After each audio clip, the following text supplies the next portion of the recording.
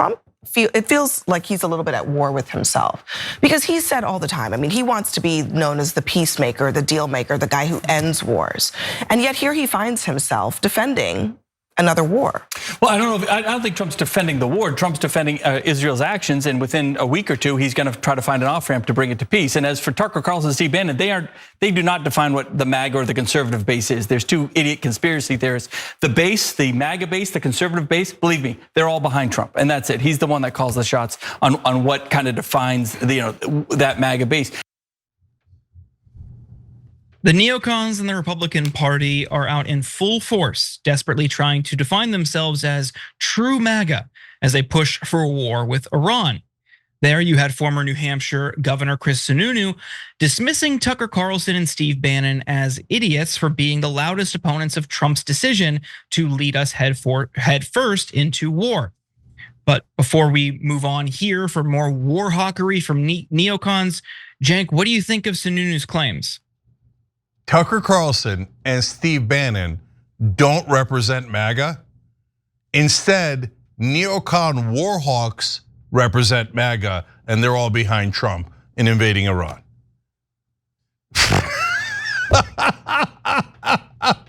What's amazing about that, guys, is that no one else on that panel realizes that that's not even remotely true. That's not within miles of true, right? But they're all, oh yeah, because all they do is bring on establishment people, and establishment people, oh yeah, MAGA sucks, right? I mean, MAGA's pro-war, right? Right, MAGA's pro-war, yeah, totally agreed. Right? And even Scott Jennings is like, oh yeah, MAGA's great. And Sununu, who fought Trump the entire time, now pretending to be on Trump's side. When Trump said it, that's MAGA. You're the real Sununu, and who was, if I remember right, was a never Trumper. You're the real MAGA. But Tucker Carlson and Steve Bannon are the fake MAGA? Look, I got 1,000 problems with Steve Bannon and Tucker Carlson. But they're definitely real MAGA. Way 1,000 times more real than Sununu or anyone on television pretending to be like, know what populist thing. Although they are gonna get a rude awakening, potentially could get a rude awakening tonight, because for the first time, a populist is going to be on that panel. And a Kasparian on that exact show tonight at 10 o'clock Eastern. Anything can happen, okay? But these guys are a joke. So let's tell you about all the Republicans who are trying to start the war, and later in the show we'll show you the Republicans or the MAGA guys who are against the war. So we'll get into more. Mark Levin joined in once again on the Tucker bashing, writing a blistering op-ed in the New York Post, telling MAGA Republicans to ignore the isolationists. In it, he claims isolationism is just appeasement that promotes war. Even worse, these knuckleheads can't coherently explain what they mean. Have you watched them on TV? They're too self-righteous in their ignorance to realize how absurd they sound. They don't agree among themselves what the hell they're talking about. He also insists that the current foreign policy is nothing like the recent failed policies we've seen in Iraq, Afghanistan, and elsewhere. President Trump and Israeli Prime Minister Benjamin Netanyahu are together demonstrating how to deal with a genocidal terrorist regime. How to use diplomacy and military power, how to use intel and special forces, how to use the media and public statements and more to defeat the biggest terror-supporting regime on the planet. It is and has been brilliant, and if all goes well, it will result in a transformed Middle East, an expansion of the Abraham Accords, and a world free of a nuclear terror regime. The "if all goes well" is doing a lot of work in that sentence.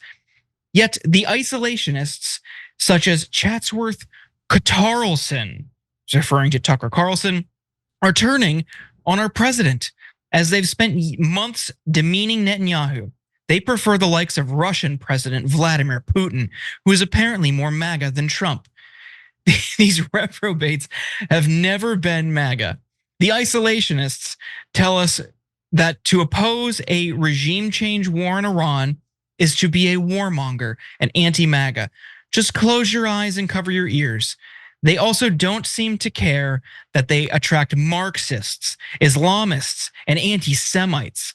Unfortunately, Every indication so far is that Trump is siding with these people and not his MAGA base. Last night, he posted a truly insane text he received from Mike Huckabee, his ambassador to Israel. It read, "Mr. President, God spared you in Butler, Pennsylvania to be the most consequential president in a century, maybe ever. The decision's on your shoulders. I would not want to be made by anyone else. You have many voices speaking to you, sir, but there is only one voice that matters, his voice. I am your anointed servant in this land and am available for you. But I do not try to get in your presence often because I trust your instincts. No president in my lifetime has been in a position like yours, not since Truman in 1945. I don't reach out to persuade you, only to encourage you. I believe you will hear from heaven, and that voice is far more important than mine or anyone else's. You sent me to Israel to be your eyes, ears, and voice, and to make sure our flag flies above our embassy.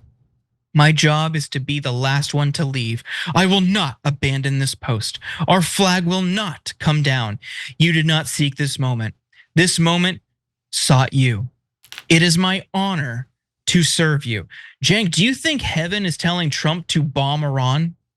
I wonder if it's telling Huckabee to swallow or spit. He's been doing hard work, praying on his knees in Israel to serve his true master. Anyways, so the trick that Huckabee's doing is, oh yeah, God wants you to start a war. How do I know? Oh, I talked to him. Did you? Did God? I mean, you want to talk about blasphemous? Huckabee, did you talk to God? Who talked to God? And they asked him specifically, should we help Israel attack Iran? Should we help kill civilians there? Should we bring American troops to die there? Should we spend trillions? You ask God that? I can't imagine anything more blasphemous than this guy pretending to speak for God. And he does the obvious trick, that, but to Trump it won't be obvious at all. He's like, oh, God has picked you. You're so special and wonderful, but only if you attack Iran. If you attack Iran, then God selected you for this, and you're pretty much a prophet. You know Trump's gonna eat that up, right? Oh, yes, yes. God has selected me to murder people in Iran on behalf of Israel and to spend America's children and fortune on it. Has he, or is Mike Huckabee a low-grade con man? Okay, why don't you go sell some freaking Tupperware in Arkansas, okay? And by the way, that would be far more noble than what he's doing, 1,000 times more noble than what Huckabee's doing now. But the scary part of what Huckabee said was about 1945. Why did that get into this conversation? You know what happened? I mean, you know what happened in 45? Truman dropped the bomb. Jordan, I don't know. That scared the hell out of me because I'm like, is there talk of like a nuclear bunker buster that they're going to use on those Iranian facilities? Because why is he mentioning 1945? That's not a World War II reference. That's a Hiroshima and Nagasaki reference. Truman had the courage to use nuclear weapons. And by the way, if Israel wants to nuke Iran, you think they're going to use their own nukes and be held culpable for that? No, they're going to get a moron like Donald Trump to do their dirty work for them, so that when the world explodes in rage, it's not against Israel. They're gonna say, well, I had nothing to do with it. I'm not America, right? And that rage is gonna be directed to all of us. And then mainstream media is gonna come and tell you they hate us because they hate us. Just randomly, for no reason at all. They hate us because they hate us. Look, are they gonna do that? I don't know, I hope not. That is, look, it's just one reference. Don't over panic about it. But it was a weird, weird thing. Guys, I gotta show you the Charlie Kirk poll. So later in the show, in fact, the next story we'll do after the break is about MAGA that's turned on Trump. And that's why you're seeing this battle and this war between the neocons. Everybody we just read from is a neocon or a Christian Zionist, all either working for Israel or have some deranged genocidal fantasies of their own like Huckabee does, okay? So Charlie Kirk asked his own audience, and remember Charlie Kirk's like, I love Israel, Israel's the greatest, right? But I'm a little concerned. Why is he a little concerned? Because his own audience is like, are you kidding me, Charlie? Are you kidding me? We all said anti-war. So he does a poll, and let's find out, is MAGA really anti-war or not? Maybe it's 50-50, maybe it's 90-10. Well, I'll tell you what it was. 90-10 against the war. Charlie Kirk's audience, deeply right-wing, 90-10. Not interested in this war, not interested in Huckabee's BS, not interested in all these neocons. And a lot of what MAGA is saying all over the internet, I know if you haven't seen it, you think, oh, really? That can't be. I mean, 4 years ago, they all agreed with Trump no matter what. Well, it's a different MAGA, and this time around, they mean a lot of what they say. And so what they're saying is, listen, brother, we didn't pick you to be America's second. We said anti-war, we meant anti-war. And if you're pro-war and you're just gonna serve Israel, we're not interested. So that's why there's this huge rift. And that is why they're kind of trying to keep Trump in like a little bit of a cocoon where they're like, don't, just watch TV. Turn on Fox News for him, turn on Fox News. That's why Steve Bannon and Tucker Carlson are attacking Fox News, which is what we're gonna show you next.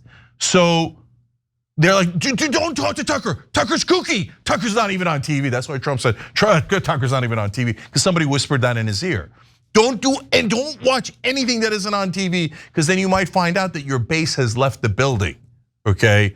So he doesn't realize it, but when those new poll numbers come out and he's in the goddamn 20s, yes, I said 20s, people can say, oh, you're nuts, he was at 45 in the last poll. You think he's gonna drop to like 29 or something? Yes, I do. Yes, I do, because no one wants this war.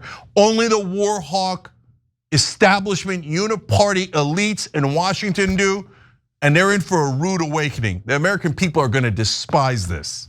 Every time you ring the bell below, an angel gets his wings. Totally not true, but it does keep you updated on our live shows.